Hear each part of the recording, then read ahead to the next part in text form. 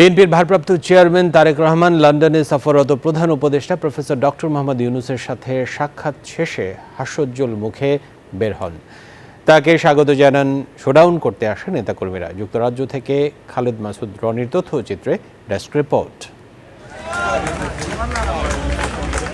London সময় শুক্রবার সকাল ৯টায় প্রধান উপদেষ্টা ডক্টর ইউনূস এবং বিএনপির ভারপ্রাপ্ত চেয়ারম্যান তারেক রহমানের বহুল প্রত্যাশিত বৈঠক শুরু হয় দি ডরচেস্টার হোটেলে। 10টা 35 মিনিটে শেষ হয় বৈঠক।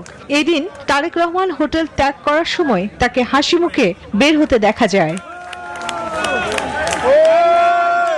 বান্ডেল থাকলে প্রতি সেনমানিতে টাকা বাঁচবে। বিকাশ সেনমানি বান্ডেল কিনে জিতুন প্রতি লেনদেনে। এই সময় তাকে স্বাগত জানান শোডাউন করতে আসা নেতাকর্মীরা। এই বৈঠকের মাধ্যমে বাংলাদেশের যে অশান্ত পরিবেশ কিছুটা হলেও শান্ত হবে। আমরা বিদেশি দেশে বিদেশে সকল বাংলাদেশিরা যে প্রত্যাশা ছিলেন সেই প্রত্যাশা এই মিটিং এর মাধ্যমে পূরণ হয়েছে আমি মনে করি। বৈঠক শেষে প্রধান উপদেষ্টার প্রেস সচিব শফিকুল আলম, বিএনপির স্থায়ী কমিটির সদস্য আমির খুসরু মাহমুদ চৌধুরী সহ উভয় পক্ষের প্রতিনিধিরা যৌথ সংবাদ সম্মেলন করেন। নতুন বাংলাদেশ গড়ার প্রত্যয় নিয়ে সামনের দিকে এগোচ্ছে।